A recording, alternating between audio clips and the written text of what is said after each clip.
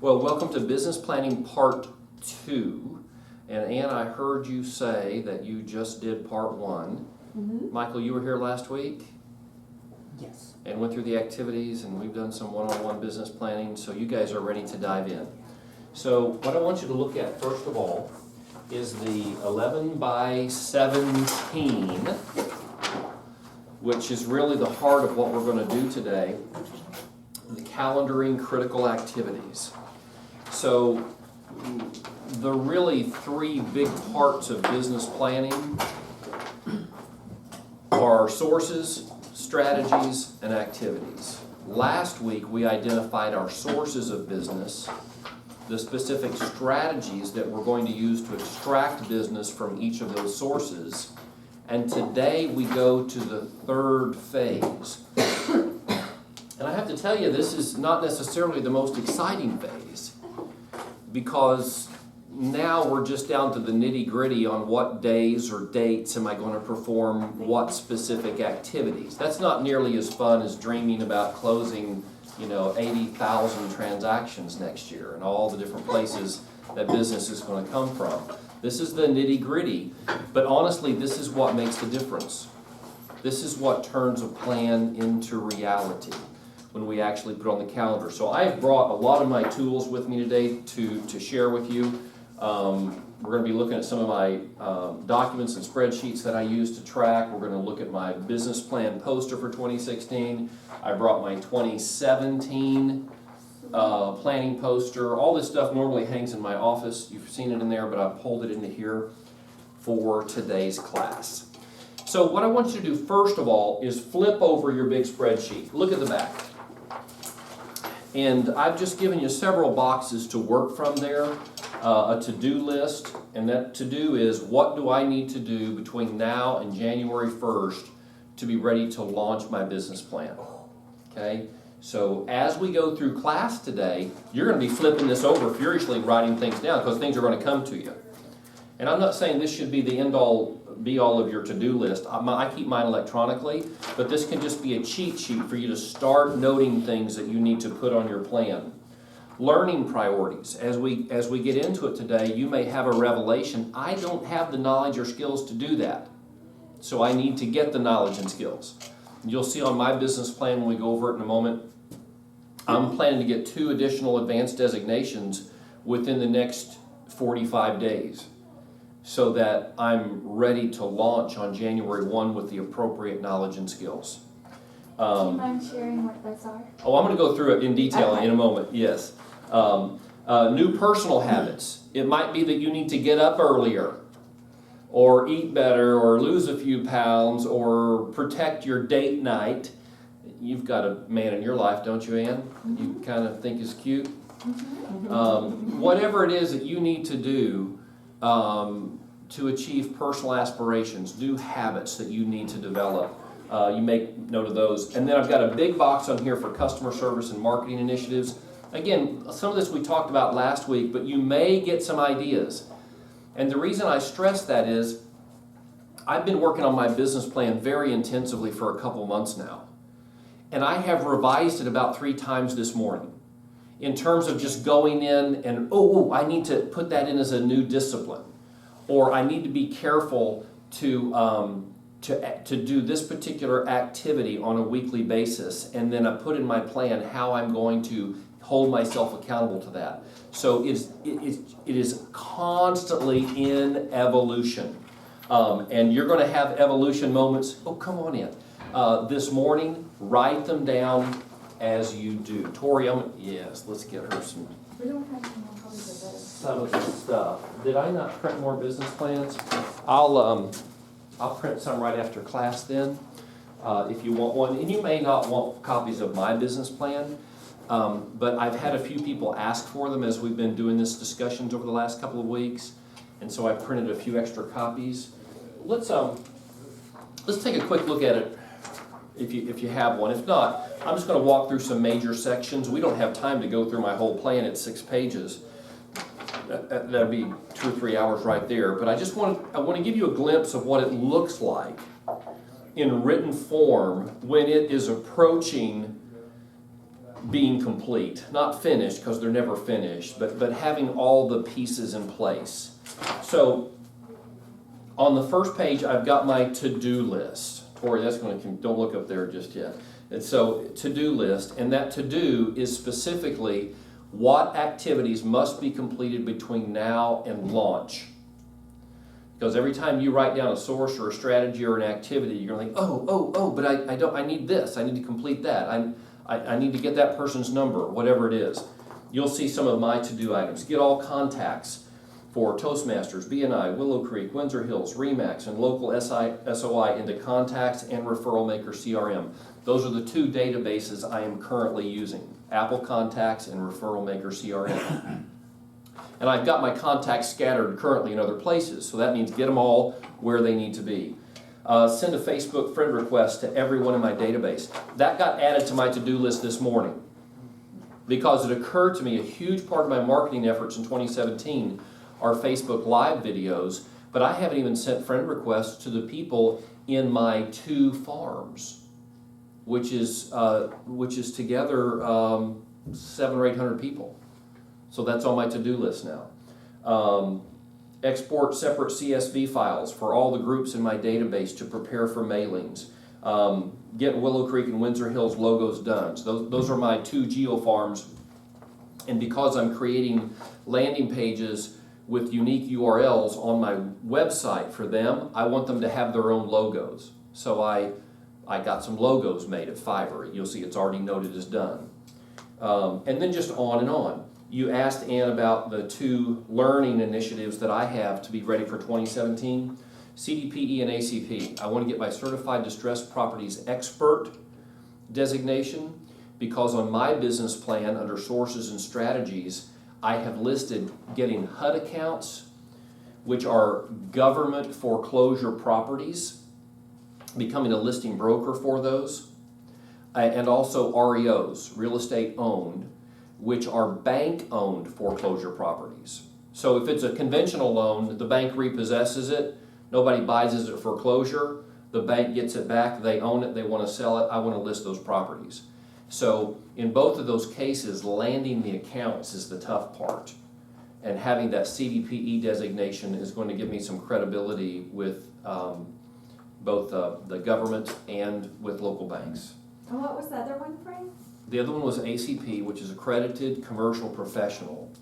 You'll also see under my Sources and Strategies, I'm planning to get 1 commercial transaction in 2017. I really want to do commercial. I want to move heavily into commercial in 2018 and 2019. Mm-hmm. And part of that is just my long-term plan not to work nights and weekends. Mm-hmm. But if you just try to dive into commercial, you'll starve to death. Mm-hmm. So it's just a long-range plan, but I really know nothing about commercial right now. And the CCIM, which is kind of the gold standard for commercial designations, is extremely expensive, difficult to obtain, and you have to have a certain number of closed commercial transactions to even get it.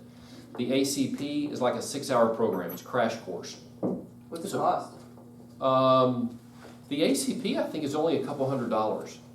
The CDPE is $600. So, but I'm going to get the ACP just to give myself a little bit of an education. I'm going to get my feet wet with some people have already approached me about doing some commercial leases and things. I don't even feel qualified to do that, so I'm going to get the designation, and then I'm just going to put my toes in the water in 2017, ready to wade out a little further in 2018. Okay. Then I have my goals: work less and spend less, and a little bit of detail into that. My metrics, which we calculated those last week, which you'll see mine there. Going over to page 2. You'll see it starts my Sources and Strategies, and I've got 10 sources of business. 2 of them, the REOs and HUD accounts, I'm giving myself 0 transactions next year. Even though those 2 could open up, if I just land 1 or 2 accounts, I could get 50 or 60 listings from those alone. But I'm still counting on my bread and butter to come from my primary sources, which are geo farms and relationships.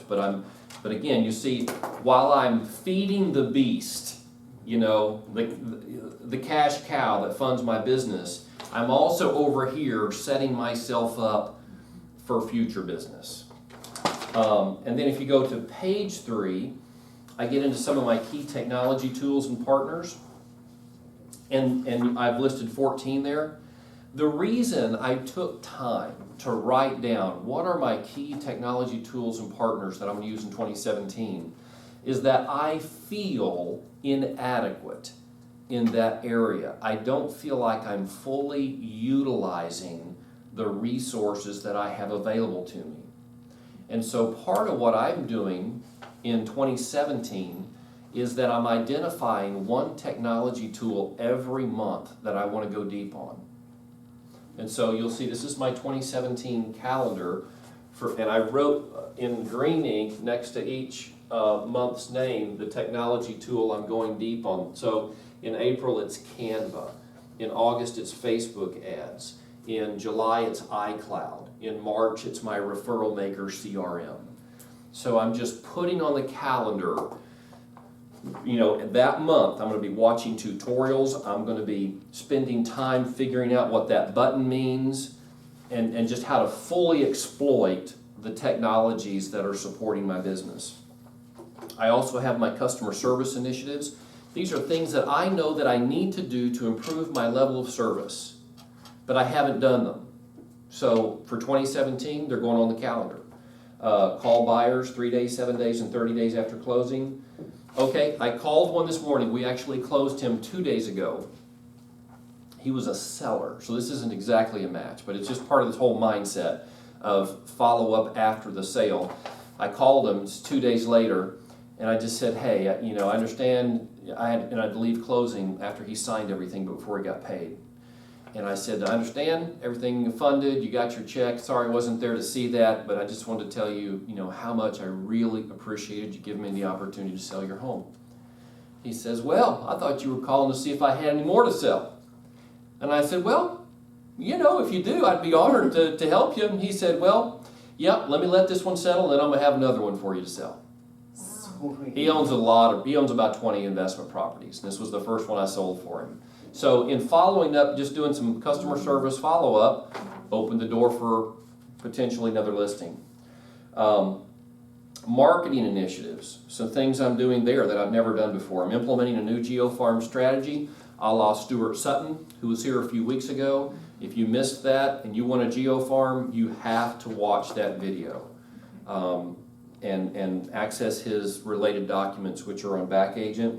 I'm also doing a video email, which I've never done before, using a new platform called Meshmail. All of that's kind of detailed in there. On to page 4, learning initiatives. I've already touched on those. I'm going to get my CDPE, I'm going to get my ACP, and I'm going to master all my tech tools. So those are my learning initiatives. Personal, schedule trips and vacations in advance, so I've got time blocked out. And you'll see, I haven't done it for the year yet, but I've already got in January, I've got a cruise with my daughter on the calendar, and then a lock and load, which is a charity event. And before January 1 hits, I've already talked to my wife about it. We're going to get our vacations and travel on the calendar. I want to keep Sundays as work-free as possible, etc. And then I've got my budget down at the bottom of page 4, what it's going to cost me to do all this. And remember, one of my goals for the year was to spend less. And I've got my entire budget in there, other than office split. It's going to cost me $19,000 to run this program. So that's about $1,500 a month. That's a lot of money, would you agree? Yes. $1,500 a month? Uh-huh. Yeah, but what was my GCI target for 2017? Spend less. Did you, no, my gross commission income target, in my metrics. Anybody see it? 250. 250, 250,000. So I'm gonna spend 19 to make 250 show up. Anybody wanna take that deal? Yeah. Spend 19? Yeah. So it's basically my business expenses are coming in about 7%. Mm-hmm.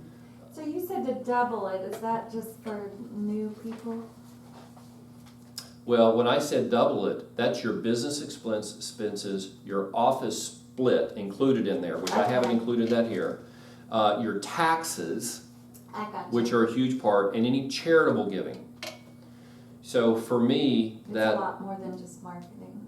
Oh, yes. Yeah, that's just the 19 is the one piece. So what I was trying to get you to as we did our metrics was, what do you want your take home to be? The money that you have to spend on your life.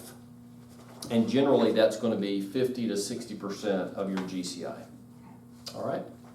And then the calendar, and this is really what we're getting to today. Everything that we've just talked about, we've touched on last week, but today what we're going to do is actually calendar the specific activities that you need to perform to implement your strategies. Okay, so what do you need to do? So let's go back, but any questions about this, about my business plan? I'll go back, you were saying 9%, so the GCI was 250, the out was 19, you were saying, so that was 9% of what? It's about 7%, and I'm doing that in my head. Somebody can divide 19,000 by 250,000, get a more exact number, but it's going to be about 7% of revenue I'm spending Okay, to generate the revenue. Do okay. you have a plan that I can have, a copy of your plan? You can have this one right here. Thank you. So somebody asked for that last week and said, "Oh, I'm just going to copy your plan. I'm just going to do what you're going to do." Well, don't do that. Yeah. I mean, I'd be thrilled for you to do it if you were able to implement that plan, but that plan is personalized to me, Right. my strengths, my interests, my resources, and it would be very inefficient for you to try to run with that plan. But use it for inspiration. Yes. So let's go ahead and go back to our primary spreadsheet, 11 by 17. It might be helpful just to jot down your sources again. I know you've already done this work, but just go ahead and write them down. And then write down the bullet point, the key strategies under each source. Again, we're looking back at last week. Tori, if you weren't here last week, then you can kind of play catch up by just thinking very quickly, where's your business going to come from in 2017? Could be your local sphere of influence. It could be buyers related to your husband's company. It could be referrals from new home salespeople. It could be past customers and clients giving you referrals. It could be a geo farm. It could be expireds, FSBOs. What's a source that somebody's using that I haven't mentioned? It could be online leads. Maybe you're going to do Trulia or sign up for a Zillow account. I just got on with homes.com, literally signed up Yes. yesterday, and I got a lead this morning. Oh, fantastic. Yeah. And did they answer the phone when you called them? They actually called me. Oh, wow. Sweet. Well, Homes.com called me last week, and I told them to go pound sand. I guess I was wrong. Good for you. Yeah. All right, online leads work. This is on my 2016 plan. I'll go over this in just a moment. This one little miscellaneous down here at the bottom came from an online lead. Turned into a very easy close sale listing and should generate some spin-off business this spring. So, yeah, that stuff works. So write down your sources. Unless you brought your plan in with you from last week, or you've already got your sources and your strategies. And once you do that, we're going to be able to take the next step, the final step, which is to go ahead and start calendaring the specific activities. And just by way of reminder, a source, for example, could be your local sphere of influence. And that's people that you know at church, in the neighborhood, the fitness club, spouses, employment, however you know people, friends and family. So that's a source of business. What's a strategy related to that? Well, perhaps it's, I'm going to hold a client appreciation party or event twice a year. That's a strategy.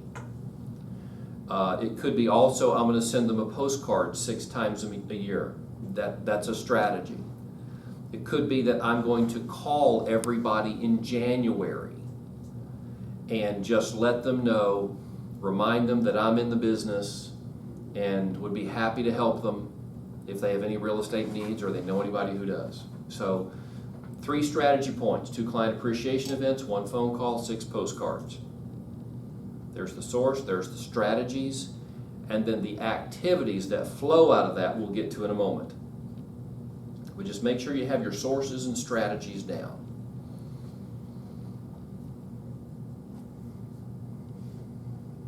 while you continue to do that, some of y'all are ahead of others. I am going to go ahead and call attention to my 2016 plan, because you may be wondering, well, does this really work? Okay, I started selling resale real estate in July of 2013 when I joined this company as the business coach. And some of y'all have heard me say many times, I asked the owners of this company for the privilege of selling real estate, because I said, if I'm going to be teaching the top agents in Texas how to sell real estate, I'd like to do it from some personal experience and not just from a book. And they said, yes, of course. So I began teaching immediately, but also implementing what I was teaching. And was able to start clicking off about 1 closing a month immediately. My first 8 months, I looked back and I had 8 closings. But I felt like I could do more. At that point, because I'd got my feet wet, had some transactions, and I felt like I could go to 2 a month. So that's when I got my mastermind group together. I invited a top agent from every major market in Texas to meet with me and retreat. And in doing that, I asked everybody who was coming to review their previous year's transactions and source their business to see where their business was coming from. And when I did that, I had this epiphany. I thought all my business was coming from my online leads that I was spending a bunch of money on, like a lot of new agents do. You don't know anybody, don't have any leads, well, you're going to buy them. Okay, so I thought that's where I looked back, and 7 of my 8 closings had come from my sphere of influence, which was minuscule. I hardly knew anybody. And I moved up here from Tomball, and then before that, I moved up there from Katy. So I reoriented towards sphere of influence marketing, and just overnight went from 1 transaction a month to 3 a month. And I've learned over time that's all I can handle. So that's why I'm not trying to do 4 a month or 5 a month. You know, with all my responsibilities here, 3 a month. That's about it. And so you'll see for last year, what was my transaction benchmark? It was 36. If you divide that by 12, you get 3 a month, okay? If you look at my transaction benchmark for 2017, it's 37, but I've got 36 from my core. Remember, I threw in that 1 commercial, you know, just to dabble, do a lease or something to get wet in that market. So again, 3 a month, 36. So here's where I'm at. For 2016, I'll just go through these. RE/MAX referrals, I was expecting 12 closed transactions. I got 3. So that source really did not produce for me. My Willow Creek Geo Farm, I was looking for 6 closed transactions. I've got 13. And I've got an active listing. So that Geo Farm, which was in its 3rd year, really paid off. I've more than doubled the business I've gotten in previous years from that Geo Farm. My new Geo Farm, Windsor Hills, where I live now, I expected 4, I've gotten 0. So that's been tough slogging. Hard to break in. Geo farming, although I'm now going to be doing the Stuart Sutton strategy, and he said it doesn't take a year to break in. What is his name? Stuart Sutton. Just go on our YouTube channel and watch his video. It'll get you fired up about geo farming, and I'm fired up. Awesome. Yeah. I'm gonna make inroads into Windsor Hills this year. My local sphere of influence, I was expecting 4, I got 8. And BNI, some of this you might include in your local sphere. This is how I know people. My business networking group, I started and joined in March. I was expecting 4, I got 5. Toastmasters, I was expecting 2, got none. Open house, none. Sign calls, none. And then I got 1 random. If you add these up, it comes to 30 transactions. I'm not counting my 5 leases. My benchmark was 36, so I fell a little short. Why is that? Some of y'all remember I had a team last year. We did our look back at the end of the year on sourcing our business, and discovered that my team members, despite me giving them all my leads and all my business, they were getting the majority of the business from their sphere. And so, and now they were doing 2 to 3 times as much business as they'd ever done before, because we had started marketing to their spheres. Yeah. And so we just had the revelation, it doesn't make sense for you to be on my team, because my clients aren't being taken care of. I'm giving them all to you. They're not being converted, because They don't want to work with you, they want to work with me, and I'm not going to work with them, okay? So my people aren't being taken care of, and your people are getting taken care of better than ever. Yeah. So we decided just to go back and become individual agents, but what that did was wipe out my pipeline for the first 3 months of the year because I'd given all my business away. So whereas I should have closed 9 transactions in the first quarter, I only closed 2, which put me behind 7. So from, if you go back to April forward, April through the end of the year, I've closed an average of 3.11 transactions per month, okay? Right on track, right back on track. And I've got my pipeline is in good shape. Going into the new year, I don't think I'm gonna have any difficulty in the first quarter just continuing to click off 3 a month, okay? So this is just a little bit of accountability for me because I teach this and I'm telling you it works. And I just want you to see it works. The proof is in the pudding. So whatever you want to do, your aspirations may be less than that. You might only want to do 18 transactions next year, or you might want to do 56. It doesn't matter. What matters is you put together an appropriate plan, and then you implement the plan. Okay? I like that, and I like that. Okay. I need to put that in my office at home. Just Yeah. something that, kind of. This goes on the back wall of my office. It's literally 6 feet long. And we're going to get into this. I'm going to show you the details on this in a moment because this relates to the specific task that we have before us today, which is to calendar vital activities. Okay, and I'm a big visual person. That's why I make a poster every year of my plan. And I'm going to order my new 2017 poster, and I'm going to wait a couple more weeks because I'm going to dive into this CDPE thing, and it may cause me to adjust a source or two. So, but then I'll order I upload my plan, my sources and strategies piece of the plan to Fiverr. I pay a graphic designer $5 to turn it into a poster. And then I get the graphic and I send it to Vistaprint and I pay them $15 to turn it into the poster. Then I just put it in my frame, put it right on top of the old one. I'm gonna do that. See, pretty easy, very inexpensive, very simple to do. And then I'm able to track. I actually erased everything and put the whole numbers, but normally through the year I'm just doing check marks, 111 across to keep track this way. But now I know, unless something pops between now and the end of the year on a short-term closing, which it could still happen, but this reflects my pendings that are scheduled to close already through the end of the year. What was the source for that calendar? I looked online until I found a huge one. Okay. That's okay. And the information is right here in the corner Okay. if you want to come get it. But it's right on it. It uses wet erase markers, not dry erase. Oh. And they send you a pack. Well, no, they don't. I had to buy a pack, but it's wet erase markers. And I've got everything color coded. And this will be my big visual. And I'm still using my Apple Calendar, my electronic calendar. But again, I like hard copy stuff for constant in my face. Because if it's just in a file on my hard drive, I may not look at it.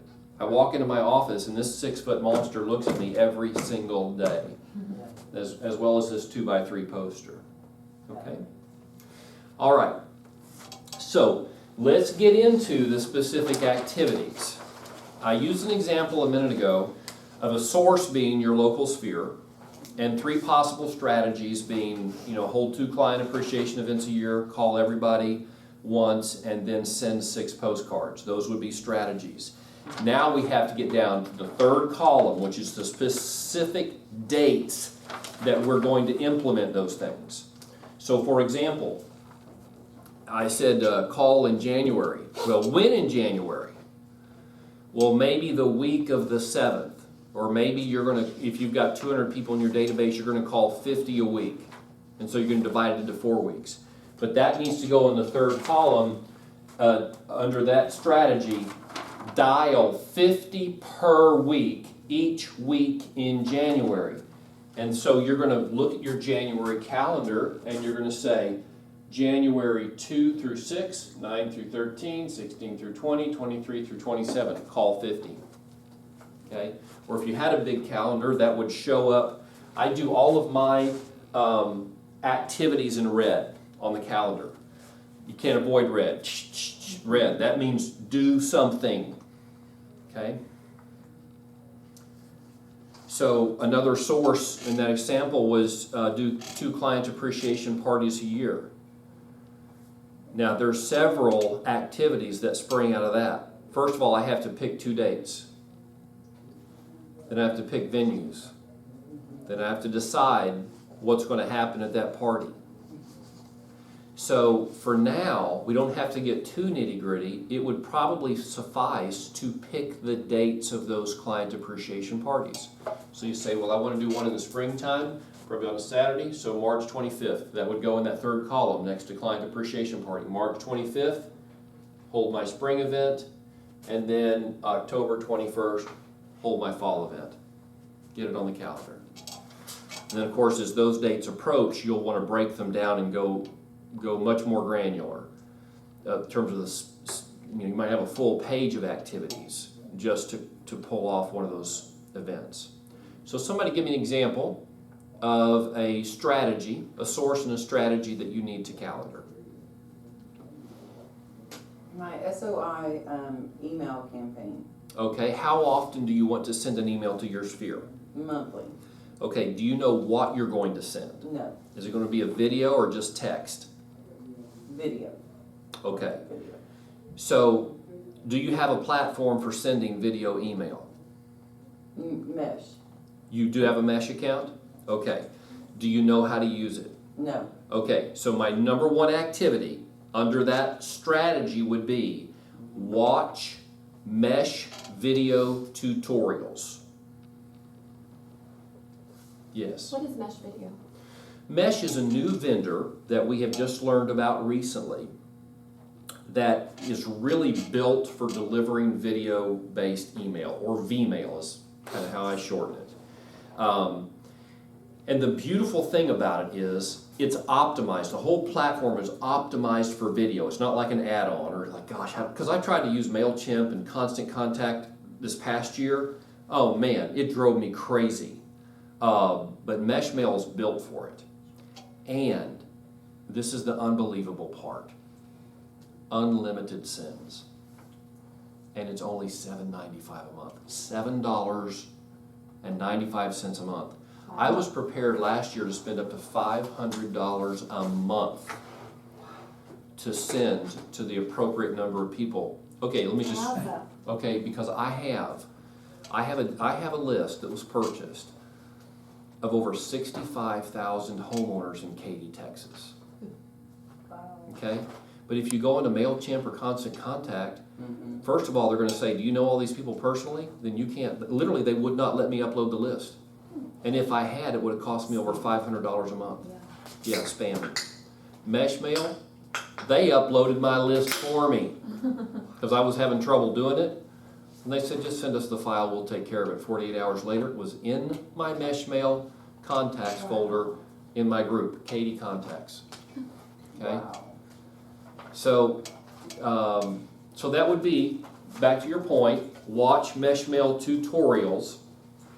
And then a second activity might be build my MeshMail video template, go in and choose one, and then upload my photo, put in my contact information, etc., and put a date behind that.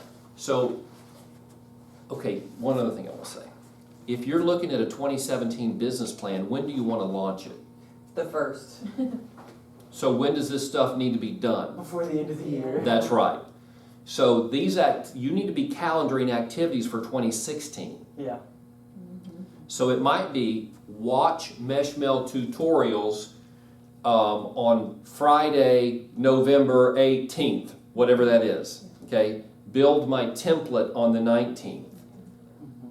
Get all my contacts loaded in on the 20th.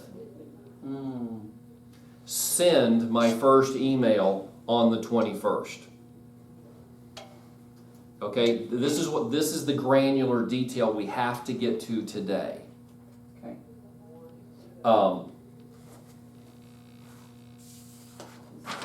Okay.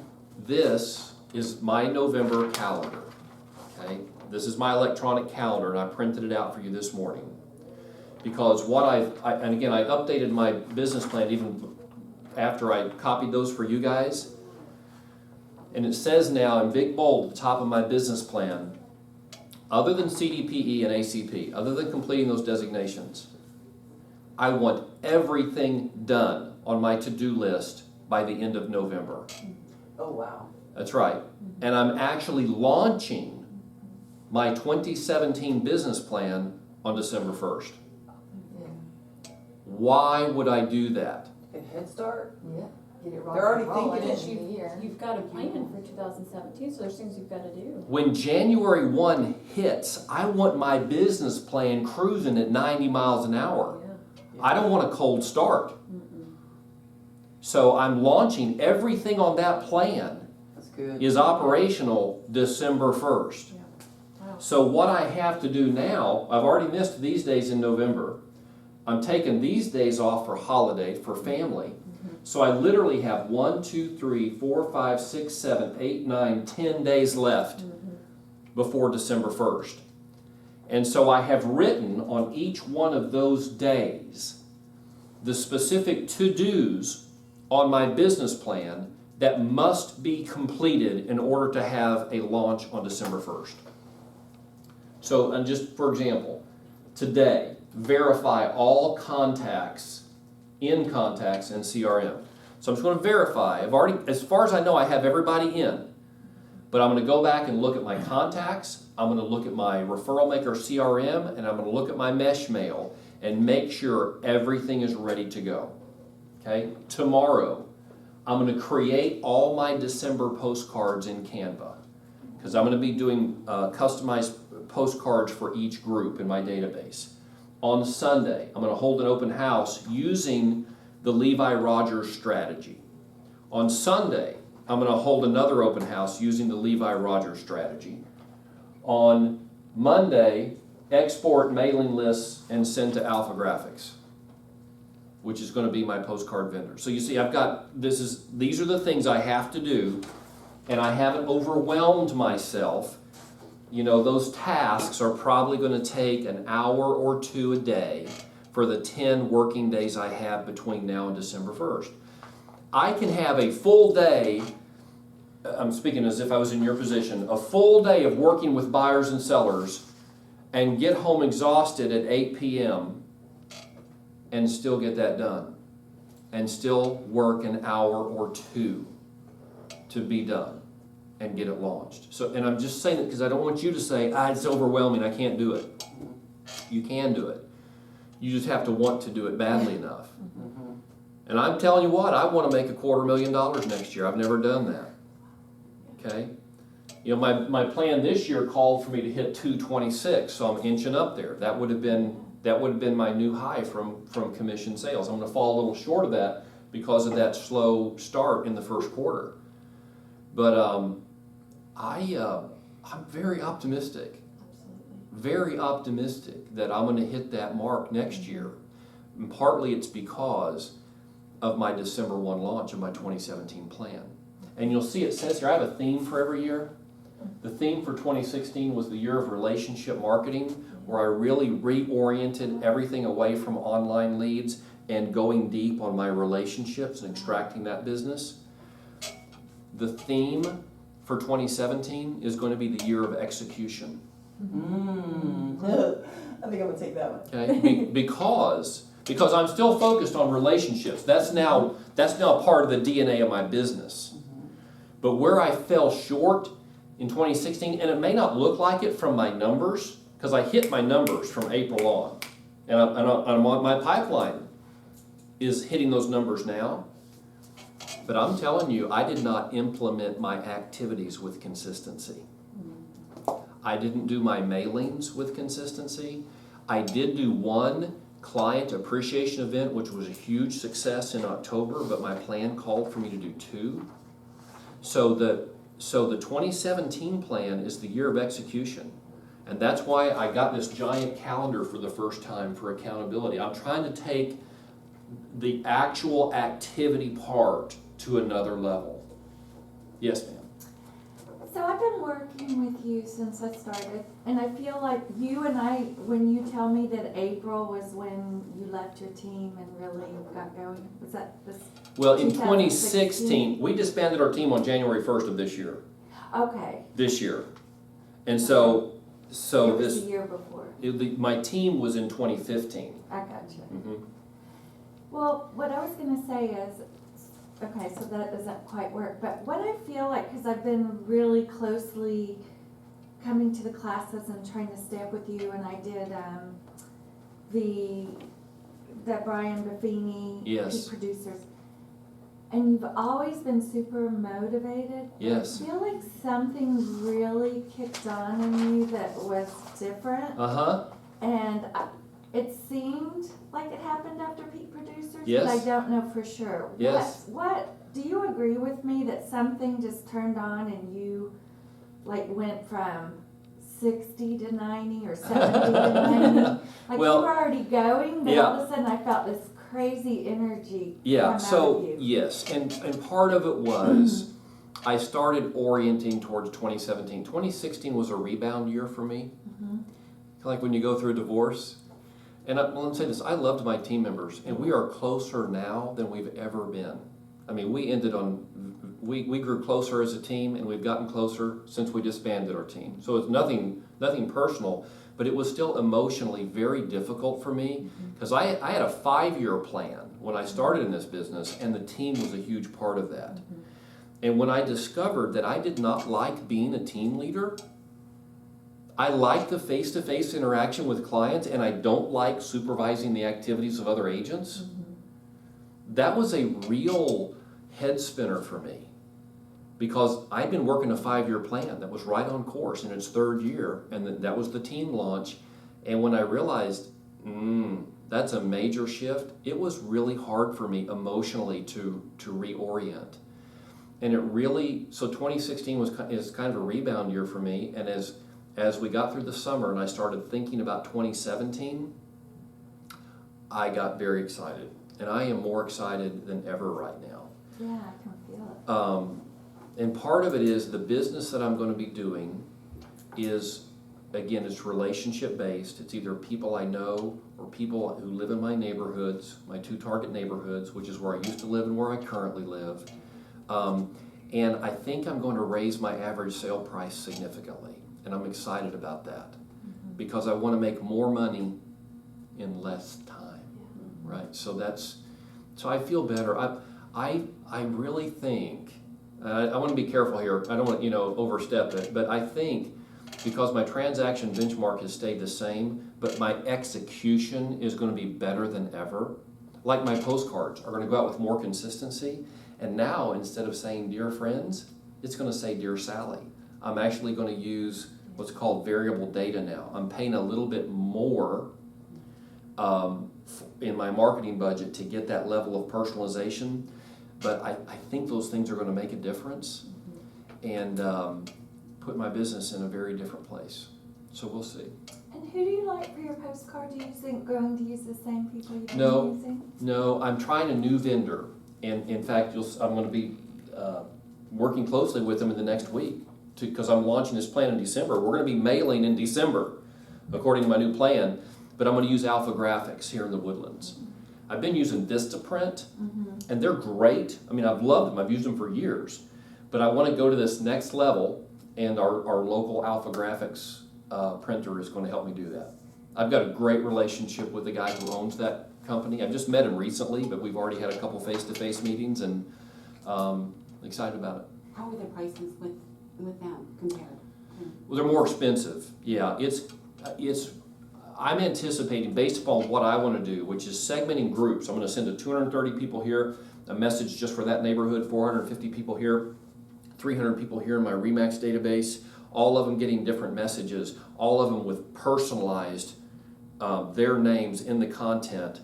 It's going to cost me about 80 cents per piece delivered for an 8.5 by 11 postcard. I'm doing full page postcards, double-sided color. So that's That's expensive. Are they doing the graphic design and everything No, for you? I'm gonna do the graphic design in Canva. And I don't know that technology. And so it's on my plan to learn it. Was it Saturday or no, one of these days in the next 10 days is to get into Canva and create my templates for the first December mailings. And then I've got it on here a couple times. Canva shows up in April and December as my deep dive. And by that time, I'm gonna know, because I've been through the cycle several times, but by then I'm gonna try to find some efficiencies, whether I can create templates in Canva. You know, I'm just gonna make sure that I'm not just getting it done, but I'm getting it done in the most efficient way possible. So how would you count those? If you're doing 3 or 4 different areas, would you count all those areas separately and monitor them all Yes, separately? yes, I will be tracking them separately because they show up on my business plan as different sources. Okay. Monthly, you're gonna spend 80 cents a card? No, Well, here's what I had to do, because in my original plan, I was sending to everybody in my sphere every month, my geofarms in my sphere. And that's about 1,000 people. Okay, so that was $800 a month just for the postcard. And I decided that was too much. And so I backed off. Instead of mailing 12 times, I'm mailing 6. So now it'll be 400 a month, but I'll only be mailing to about 500 people a month. But bigger and more expensive, all right? Yes, bigger and more expensive and personalized. And I can actually have their name show up not just in the address, but in the content. You know, dear Sally, or you know, Sally, it come back at the end. Sally, I really hope we can work together. You know, highly customized. You know, you can even say, you know, big splash on the front side of the postcard. Hey Sally, personal message for you. I mean, it's going to be very. I think it's going to be more effective. But we'll see. I mean, I run tests, and if it doesn't work, I throw it out and find another way to do it. So this is my big. That's a big shift in marketing for me in 2017. Okay? How are y'all doing on your activities? Oh, And I realize you're not going to get it done in this hour, but I want you to do several. I want you to walk through the process so that when you leave here, you kind of know how that works.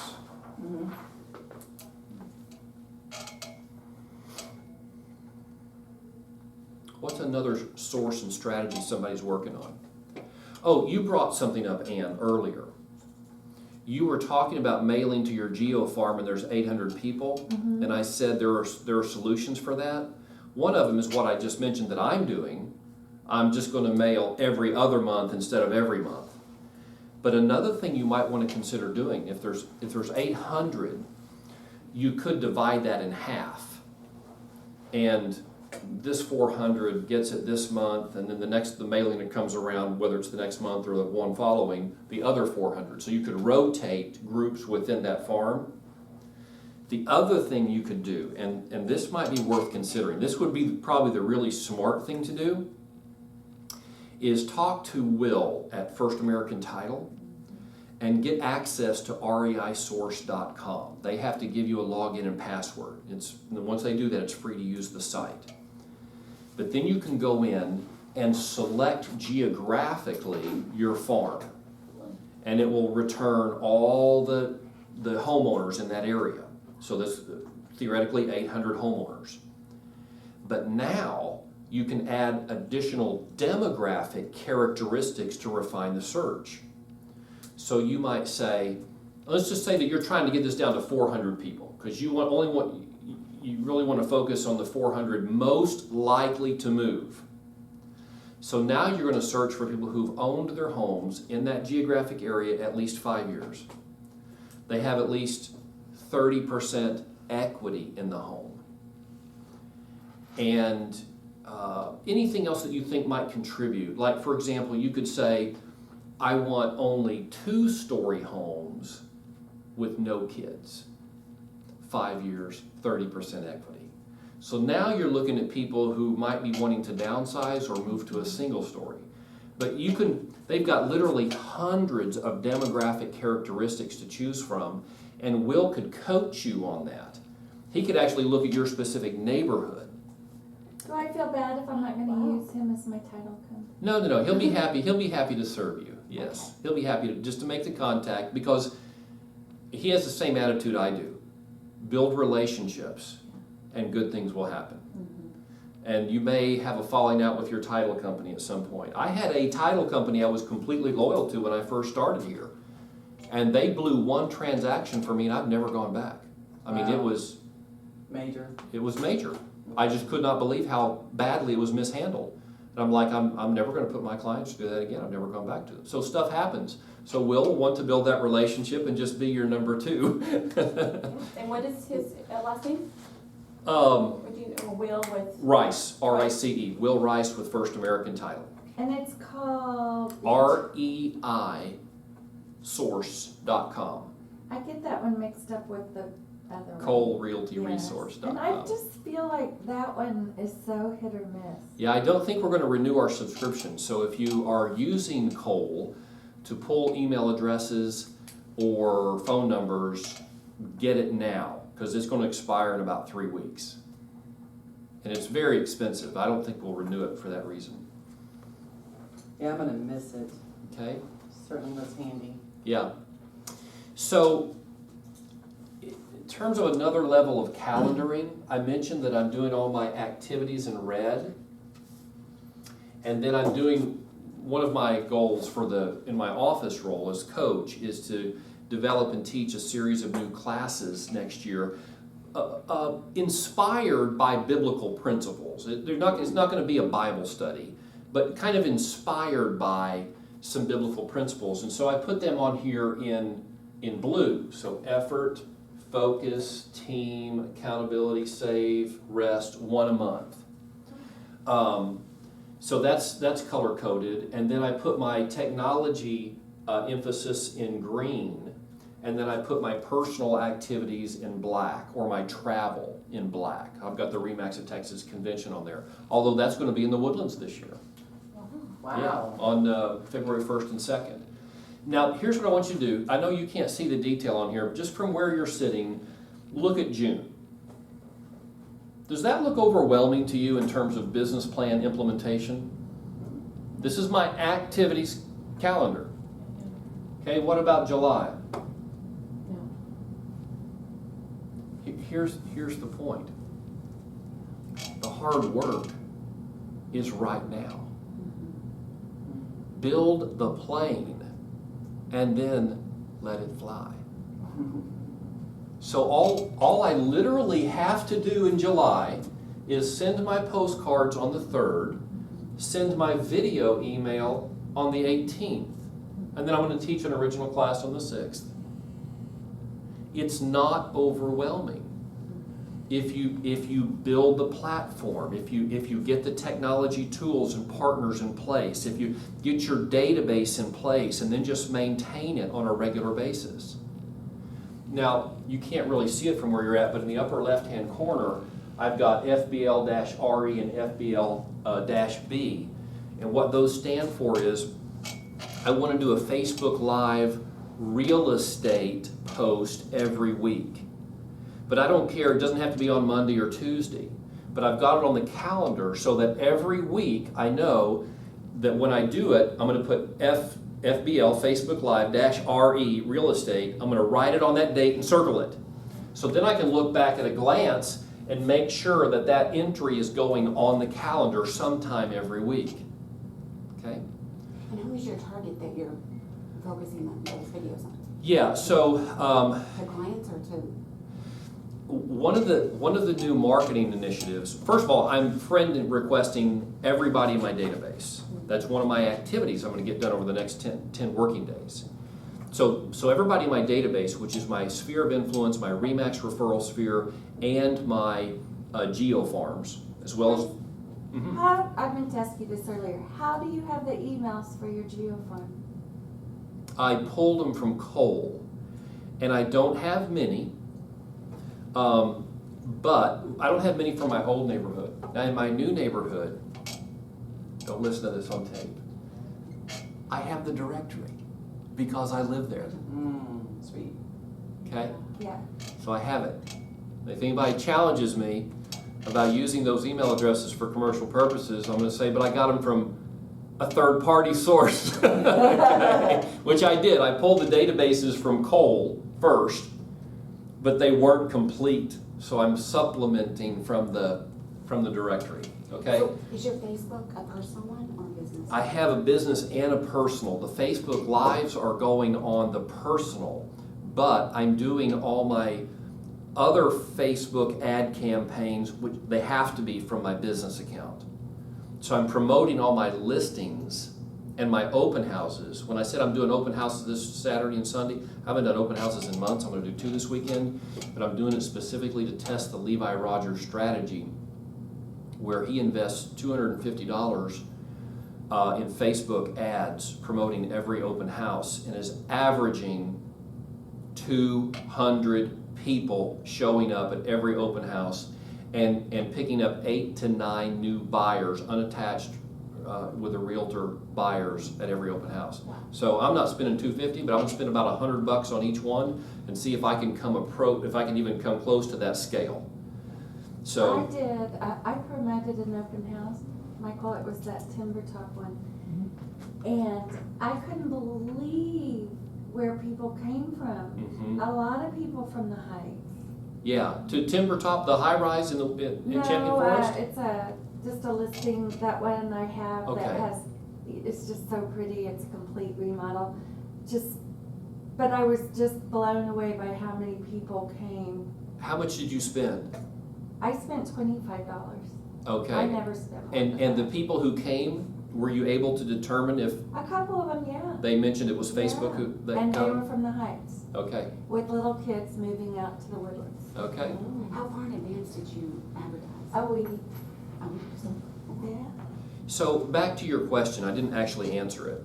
My Facebook personal posts, I want to be seen by everybody in my contacts, so I'm, for instance, sending them friend requests.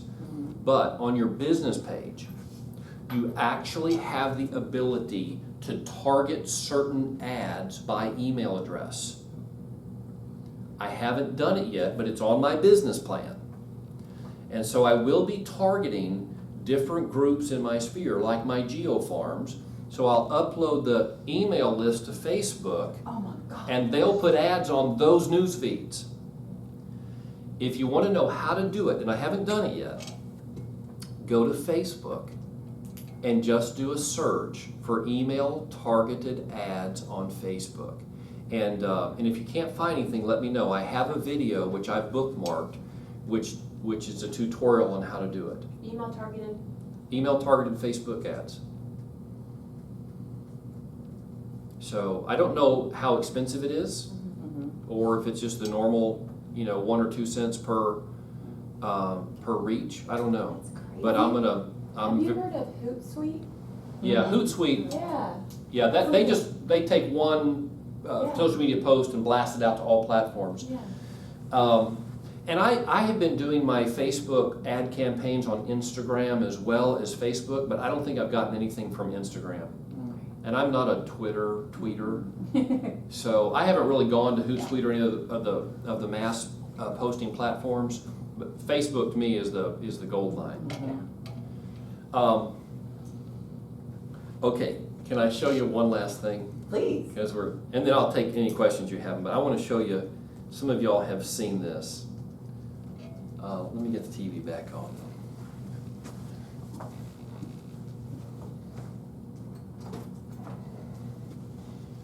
All right.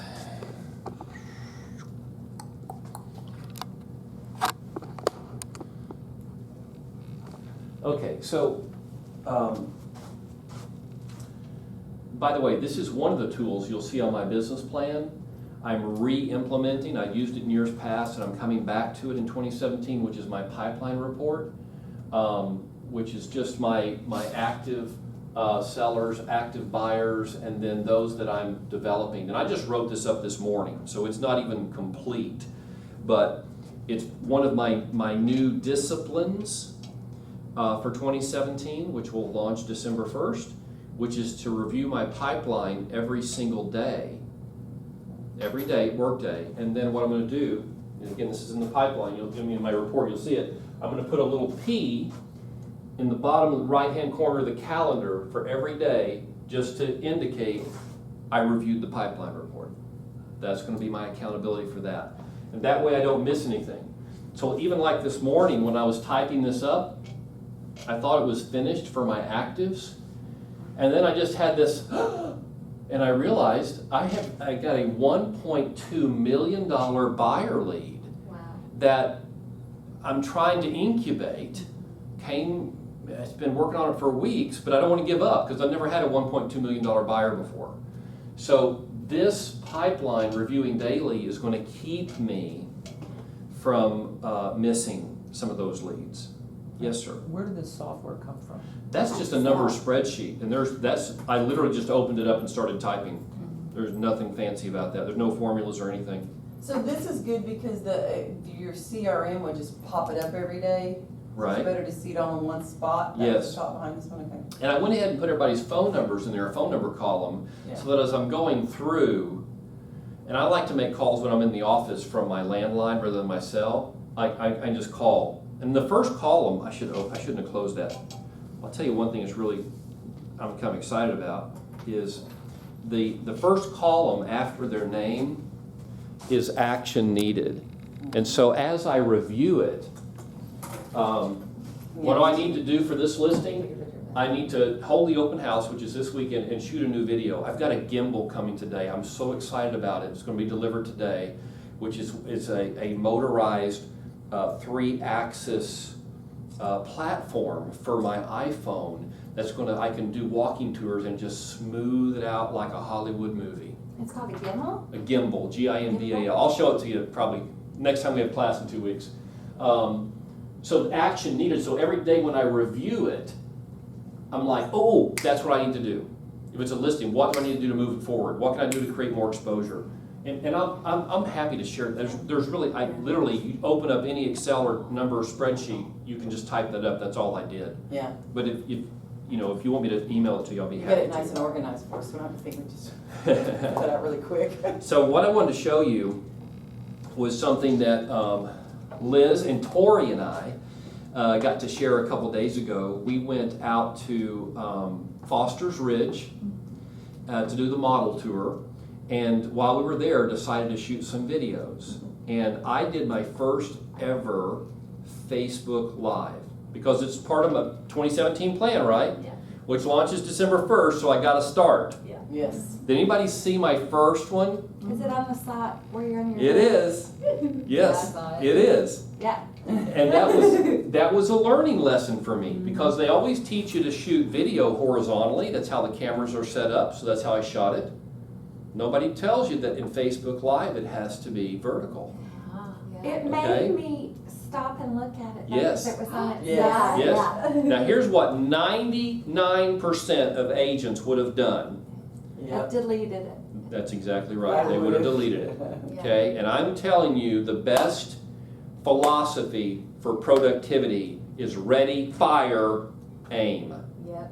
Look how many views you had. Yeah, don't wait on perfection. Get it up there. So yeah, 330 views on that one. Wow. Okay? And I'm just promoting Foster's Ridge, that kind of thing. Got lots of good comments down here. Yeah. Um, I know, I want to say, that is a great balancing act on your ear. Yeah. Well, and when I realized that, I'm like, well, I can't just post this and not let people, Yeah. think I don't know. So I put down here, well, it's not showing up now, but what I said was, talk about skills. How many realtors can do a video while standing on their side? Absolutely. Yeah. Kind of poked fun at it. So then I made another one. How many of y'all have seen this one? Yeah. Let me just show this to you because I want you to see how easy it is to do this. Okay. And last night when I got home from work, I already put in a full day, my wife was cooking the pasta. I said, I'm just going to go out on the back porch and shoot a video. And I sat down, and in 5 minutes from start to finish, it was done and posted. And it's already got 352 views and been Wow. shared 3 times, Sweet. including by agents in other markets. It was Wow. shared. So do you use that little tripod, or how do you hold that? Yeah, I have a little mobile phone gripper that I screw into the top of the tripod. Oh, okay. So any tripod will work, and if you want to see that, I'll show you the gripper. But I literally just Googled smartphone tripod holder, and I ordered, it was like $6, Yeah. and just screws into the top and holds your phone. You can put it on any tripod. Cool. Frank, what's the advantage of live versus just Okay, great making question. a video? The advantage of live is that Facebook is going to live video. They want live. And so, how did I get 330 views, even though I have 1,000 friends?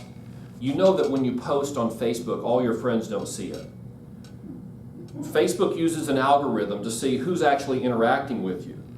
And so, if they've liked your video or they've commented on your video, they're more likely to see your future posts. So I've got 1,000 friends. Every time I post, who knows how many see it? 75, 80? It doesn't go out to all of them.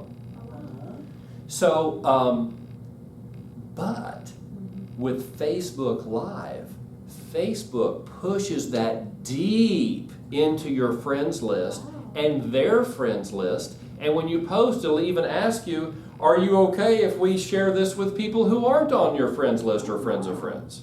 Wow. That's how I got 330 views on this. That's why you do Facebook Live. Even though you could sit there and shoot a video and then just upload the native video, don't do it. Do live.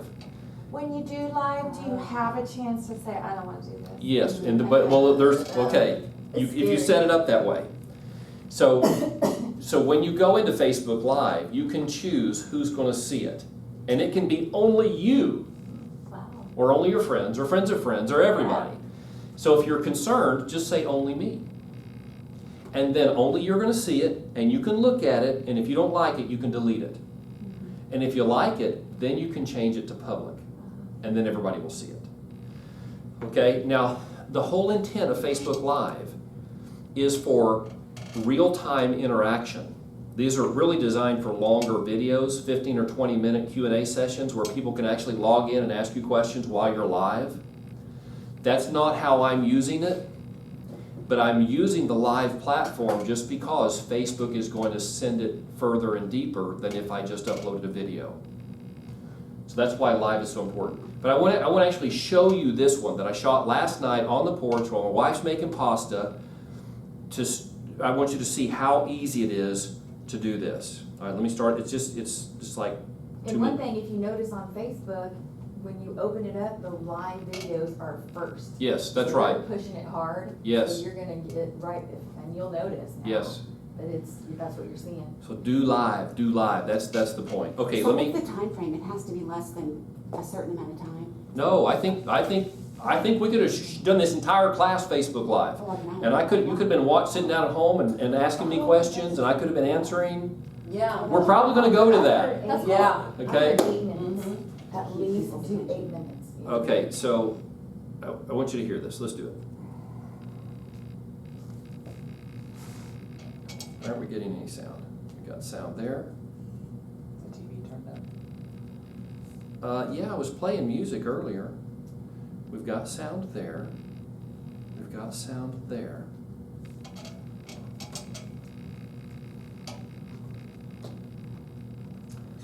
Count that for next year. Okay, here we go. Hey everybody, Frank Gray here. I've had 2 friends ask me this week about the homestead exemption, and I figured if they're asking about the homestead exemption, perhaps other people have the same questions.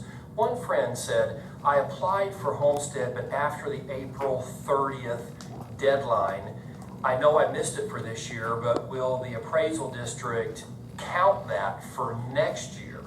And the answer is no.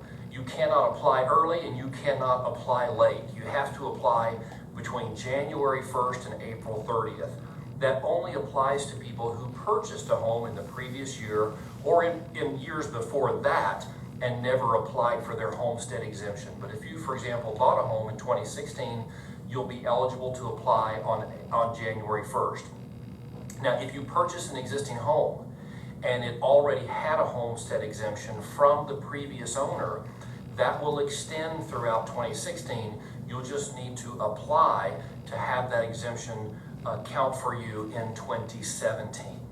Another friend asked me this week, in fact, just earlier today, well, are there limitations on how much the appraisal district can raise your assessed value if you have a homestead exemption applied to your primary residence? The answer is yes, but that's small comfort, because they can raise it up to 10% per year if they believe market values have increased 10% or more. That's still a pretty significant increase, but at times when we've had runaway appreciation rates of 15%, 20% more per year, that would at least provide a cap for you. Now, there's a tremendous amount of other information about the homestead exemption, additional exemptions if you're over the age of 65, if you are a disabled veteran, for example, there are additional benefits. And if you've never heard of the homestead exemption, it simply is a rule or a law in Texas that allows you to take about a 15 to 20%. All right, we're gonna skip forward a little bit. Happy to email it to you. It has all the rules, and they apply regardless of what county you live in. I've found that Harris County has the best information. If you'd like me to send it to you, I'd be happy to email it to you. Just shoot me a quick email at frank@frankgray.net, or you can log in and comment here below, and I'll be happy to share that with you. Of course, anytime you have real estate questions of any kind, please do what my other two friends did this week and give me a call. Let me know what's on your mind. If I don't know the answer, I'll find it for you. Once again, this is Frank Gray with RE/MAX the Woodlands and Spring. Thanks for tuning in. Yay! Thanks for being the leader, Frank. Okay, Thank You are so good at speaking. well, that was not the point. The point was, It's easy, we can do it. you can do that. Everybody can do that. And I literally had two friends ask me this week questions about the homestead exemption. And so I thought, how perfect. If they're asking, other people are wondering. So I went back and I shot that little video. I made a list, and you'll see it on my business plan, of other possible topics. I got one this week when the Realtor magazine came out, and I'm just flipping through it. I try to do my Realtor magazine in about 90 seconds. Okay. I look at the table of contents, then I fan, and then it goes in the trash can. I don't want to waste time on stuff that's not making me money. But as I fanned, I saw they had this one page of tips for preparing the exterior of your home. And they gave about 8 or 9 tips, new floor mat, that type of thing. And so I thought, that would be a perfect consumer Facebook Live video. So probably next week, if you're Facebook friends with me, you're going to see, hey, if you're thinking about selling your house, there's some very inexpensive ways you can spruce up the outside. I mean, we all know that you don't get a second chance to make a first impression. So here's how your house can make a great first impression. And then just run through them like that. So just have this mindset of always looking for things that people will find helpful that you can share in that format. Okay? I'm gonna see if my son can figure out a way to stick my head on your body. That would be a Frankenstein for sure. Like a jib jab or something, where it's my A jib head jab. bobbing around and talking and telling everyone everything. Yeah, so look at this comment right here. You're awesome, thanks. I was actually wondering some of these things. Very cool. I mean, that's, I love it. just from a real simple thing that we already know, just sharing that knowledge. Okay, obviously we didn't complete our activity plans, but do you understand the process now? Yes. Okay. Do you have any questions that we need to clear up before we go? Yes. Yes, I have a question. So when you were talking, right before this about making your phone calls, you said you don't make them from your cell phone, you make them from the business phone, and why is that? Yeah, and that's just because I think I get a better signal Oh. with a landline than a cell. And I don't like, honestly, you hear all the horror stories about the radio waves going in through here into your brain, and so I just try to minimize cell phone up to my ear. So that's why. There's really no other reason. Okay. I was wondering if it was because on the other end they get caller ID and it No. says RE/MAX or something. And, No, it's not that fancy. okay. Okay? Are you fully prepared to put your plan together? Sources, strategies, activities. What do we need to clear up for you? What do you still like?